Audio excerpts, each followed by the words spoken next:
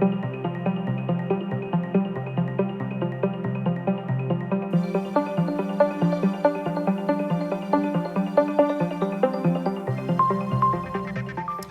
guys, and welcome back to another exciting episode. In this episode we're going to look at mushrooms and fungi, and we're going to take a visit out to Wainui Mushrooms. It's a farm where Colin has decided to grow some particularly interesting mushrooms. One called lion's mane, which is used for brain function, and also I think is culinary as well. Oyster mushrooms, which are good for culinary and cooking, and also I think also lower cholesterol and good for blood pressure. And then also he's just started to grow a turkey tail mushroom, which apparently is good for medicinal, possibly with cancer prevention. But in the meantime, I thought we'd just have a quick dive into fungi and get a little bit of a understanding about these organisms that are out there. Quite often we only see them as sort of fruiting bodies when they're in the shape of a mushroom or something like that, but underneath the soil most of the activity is happening, and it's kind of like the fungi root system. It's called mycelium and hyphae, the sort of individual kind of filaments that are going through the soil, and they're generally what they're doing is feeding off dead and dead plant material, dead animal material, and breaking it down. These are the decomposer types of fungi out there, and they're called the saprophytic fungi, and they're very useful because they're breaking down stuff, making it into simpler forms, and in those simpler forms the plants can actually utilize and take some of those nutrients, which is very, very important to that plant's health. And obviously when you look into something like a lunchbox, like my kid's lunchbox after 2 weeks in a bag, and you open it up and if he's left a sandwich in there, it'll have turned into all sorts of mold and sort of fuzz, and quite often there's a sort of greeny grey sort of mold there, and then what they think that is probably, it could be related to penicillin, because that's exactly what penicillin kind of would look like, or penicillin types of molds. Of course, penicillin itself is a toxin released by that fungi to kill off bacteria, and that's how Alexander Fleming kind of discovered it back in the early 1900s, when he found that in his algae dish where he was growing the bacteria, something like a staph bacteria, a fungi like the penicillin fungi had come in and started to kill off the bacteria by releasing those toxins. And of course it wasn't until the 1940s that it was developed into a sort of into quantities that could be used for antibiotics. They're very, very useful. Of course, other useful yeasts and things like that are obviously in the wine industry. Without the yeast that breaks down the sugars into alcohol, we'd have no wine industry. So these are very important to our kind of way of life, and quite often even plants' way of life. The second part to how they function in the soil is they form relationships with the plant's roots. These are called mycorrhizae types of fungi, and they will wrap themselves around its roots, or they'll penetrate inside the root cell. And this is really quite cool, because what happens is that root will sort of go down, the plant root will go down only so far into the soil, but then the roots of the fungi, the hyphae and the mycelium will extend it further down and provide water and nutrients back up to that plant. And in exchange, because it's not a free, here's your water and nutrients, it's like that fungi actually wants something in return. So the plant returns back and says, here, you can have some sugars that I've made and some carbohydrates, because they can photosynthesize, that's how they get their energy. And then they can sort of return that back to the fungi. Now in that relationship, there's not just one fungi that's doing that. There could be several that are helping the plant out, and the plant allocates its certain amount of food to those in exchange for water and minerals. Now here's an example here of a mycorrhizae type of fungi. This is obviously just an ornament, but I can show you a real one that we saw at the Dream Gardens not so long back. And these are the fly allergic type of mushroom. Now just quickly, fly allergic is given that name because if you crush this up, add it to milk, and you can put that out for the flies, and the flies will drink it, and they basically will die. So that's quite an interesting one. But this is a mycorrhizae type of fungi, and they will form those relationships with those plant roots. Of course, the other ones that we kind of notice are in symbiotic kind of relationships like that are kind of the lichens. So when I went out to Botanic Gardens last week, I went to look for fungi, but of course at this time of year it's winter, not much of the fruiting bodies are actually appearing above the surface. They're all underneath there doing their work, but the fruiting bodies weren't too obvious. I did find one kind of bracket type of fungi, I think it was. I did try to identify it using an app, iNaturalist, which I can also recommend as we talk about it. And that was something that was growing there. But what I did notice in a symbiotic relationship, similar to the mycorrhizae fungi, was the lichen. Now, lichen is another fungi, but it's a relationship that it's developed with basically another organism that has chlorophyll in it to help make the energy from the sun into glucose. So it combines with what's called a protista or a bacteria, either a cyanobacteria, which means it's got a bit of chlorophyll in it, or a protista like a green algae, which has got the chlorophyll in it, and they'll combine together, the fungi being the main structure, and they kind of have this relationship. And it's how the word symbiotic came along. When someone was studying lichens, that's what they said that was, a symbiotic relationship. And that was in the late 1800s, I believe. Okay, so those are the sort of like really cool relationships.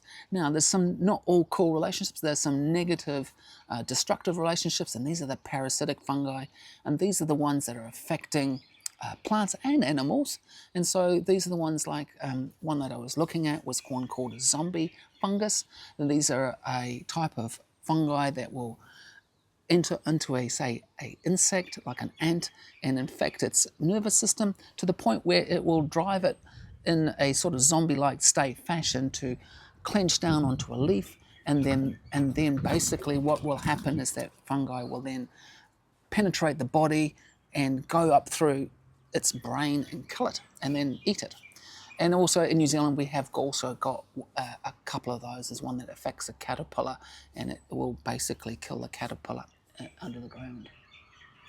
So parasitic fungi, also these are the ones in our horticultural crops that we have to be wary of, and they are things like brown rot and peaches. That's the big brown soft flesh that hits a peach and it just makes it unedible. Also that leaf curl is another early sign of that. And then we've got black spot. We've got all sorts of root rot fungus for seedlings that will kill off seedlings. One will affect roots. So there's a lot of nasties in there. And also not good ones to sort of have, you know, out there. Okay, so basically that's the three main types. We've got the decomposers, the mycorrhizae, which are having a nice relationship with the roots and helping, and obviously without those, if you don't have those, a lot of grasses, shrubs and trees would not be able to survive. And then you've got the parasitic ones, which are problems. And then of course what we're talking about really today is also mushrooms. In that group there with mushrooms, the majority of mushrooms aren't edible. There's a very few that are edible. It's the same as plants. Most plants you can't just go out and eat them. Most are poisonous or will have a bad effect. Some mushrooms are very, very poisonous, like the death cap mushrooms, which have been in the news recently. And obviously even this one here, the fly allergic, is a poisonous mushroom. And so there's only a few that are good, beneficial. And like I said, you can use an app like iNaturalist to try and identify it, but I would say that it's probably best just to avoid trying things in the nature that you don't really understand. Okay, guys, I hope that sort of informed you. We're now going to have a quick look at the Wainui mushrooms and see what Colin does to grow these plants really, really well. Not plants, here you go. They are fungi. They're a separate organism. They're not a plant or an animal. They get their own kingdom, actually. So we've got plants, animals, fungi, protista, and bacteria. That's the 5 kingdoms we've got. Fungi, so there's a couple of hundred, like a 1.2 million species, I believe. So it's a lot of them out there. Anyway, let's go and have a look.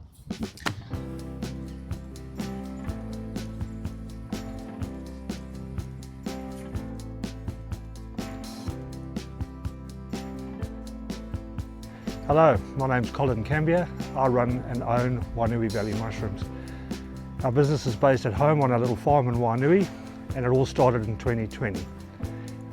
We got a couple of wild field mushrooms growing in the paddocks, and they were growing sporadically in different paddocks in different places. And during COVID, I had a bit of time on my hands, and I decided to try and do some research on how I could control the growth of wild field mushrooms in my paddock. Couldn't really find much, found a hell of a lot on how to grow other types of mushrooms, specifically culinary mushrooms like oyster mushrooms and lion's mane, and that's where we are. 5 years down the line, we've converted our shed into a mushroom farm, and I'll give you a quick view as we go through. So first thing we try to achieve down here is an environment we can control. We wanted to keep the weather out so that we could work long hours. I have a full-time day job, so this is a part-time passion for me. But spent a bit of money on it over the last couple of years, and what we've got is a facility that I can control temperatures, humidity, and air quality, and different workspaces. I've got Frank up there doing some bagging for me at the moment. This is where we put the substrate into the grow bags. We then apply water to it, and then using these sterilizing drums, we will sterilize the bags. They will sit in this drum for 24 hours. They need to get to temperature and hold that temperature for 12 hours to get sterilization. Once the bag is sterilized, take it out of the drum, we take it through to the lab.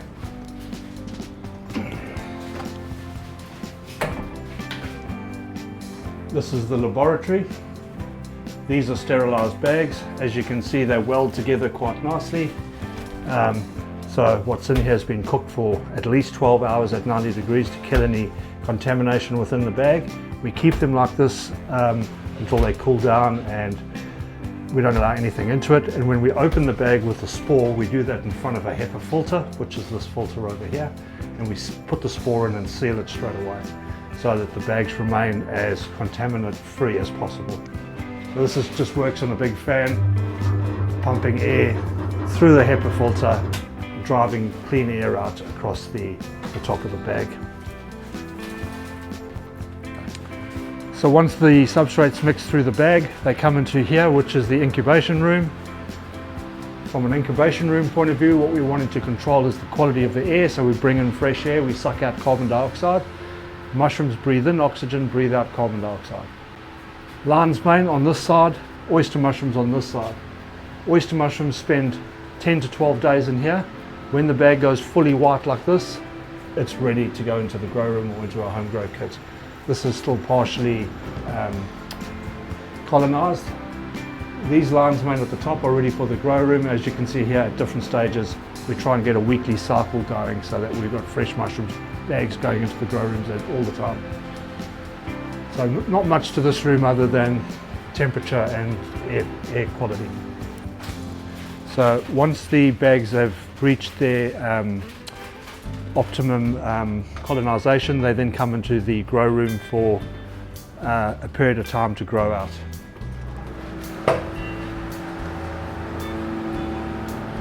So in this room we control the air with a little fan. We've still got the warm controlled air coming in the top.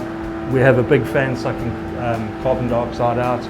The bags, we cut an opening in the top front of the bags. We expose the mycelium to temperature, moisture, and fresh air, and that initiates fruiting. So if you come down here, you can see some of the oyster mushrooms. We've done a harvest already for the weekend, so this is what's left.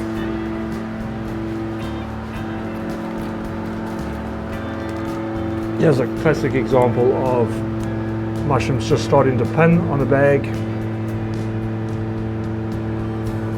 and then they go through various stages. From pinning to fully grown is 5 days. So the mushrooms will double in size every day. We only take our bags to 2 harvests, so this would be a second harvest. It's much smaller, and then the bags will then end up in the compost bin, which at the moment is probably my biggest seller. I sell more mushroom compost than anything else. I can't keep up effectively. That's oyster mushrooms. We do 3 types. We do the native oyster, we do the pink oyster, and we do the Italian oyster.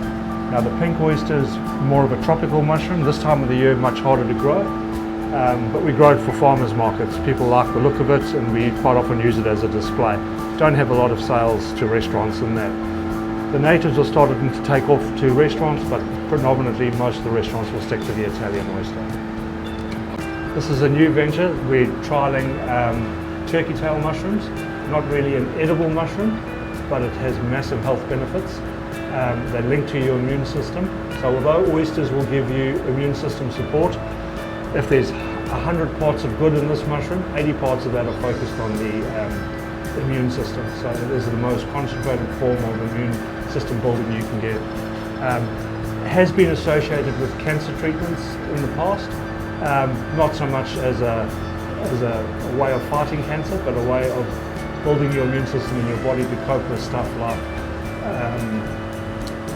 radiation and chemotherapy, which breaks down your body's immunity. Right. This is my lion's mane grow room. Here we grow lion's mane mostly for restaurants and for supplements. We try and put 30 to 40 bags in every week. New bags, we make a cut in the bag. Some of them, when they top rooting, we grow out the bottom so that it's just easier to put into the dehydrator. As you can see over here, I have stock left for Monday morning, going out to restaurants. We've just done a big harvest down here of mushrooms to go into the dehydrator, which I'll show you in the process room next. Whole bits of lion's mane are all linked to the brain. Again, if there's 100 parts of good in this mushroom, at least 80 parts support the brain. It still has some immune system boosts, but mostly it's around growing neurons in the brain, helps you with sleep, energy, focus, memory, anxiety, all of those things that most of us suffer from time to time. It is a supplement, so in a powdered form you would take it daily, about 2 grams a day. I put mine into coffee, but you can take it with your food, you can do whatever you like. As long as you consume it on a regular basis, you'll see some benefits. We've decided to put the TV outside. I'm an All Blacks fan, love to watch a bit of rugby. When we're overseas, it's at funny times of the day, so I'm quite often working. But also it's an opportunity to display the sensors that I have in the rooms so that I know what the temperature is inside, what the humidity levels are at. So it just gives me a quick visual. We also run farm tours through here. We take on about 10 people every 2 months. The idea behind it is to give the people the same kind of tours that we're doing now with the video, but maybe a little bit more in depth. We open up the shop part where they have the opportunity to get some product at discounted rates. Part of the sign up fee is they get some mushrooms to take away with them as well. So, you know, little things like having a bench seat with the guys and watch an intro on the TV as well, so we can do a PowerPoint as well if we want to get quite technical about it. So the last room is probably the most important, where I spend most of my time. I have a little office going in here, but it's also my process room. Nice big stainless steel bench to work on, prep mushrooms on. We have some of the consumables that we use stored up there. We have some of the home grow kits stored underneath the bench, ready for the market on the weekend.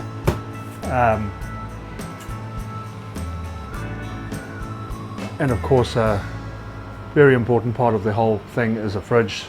We need to be able to keep the mushrooms fresh and cold. Shelf life on these mushrooms is not that fantastic.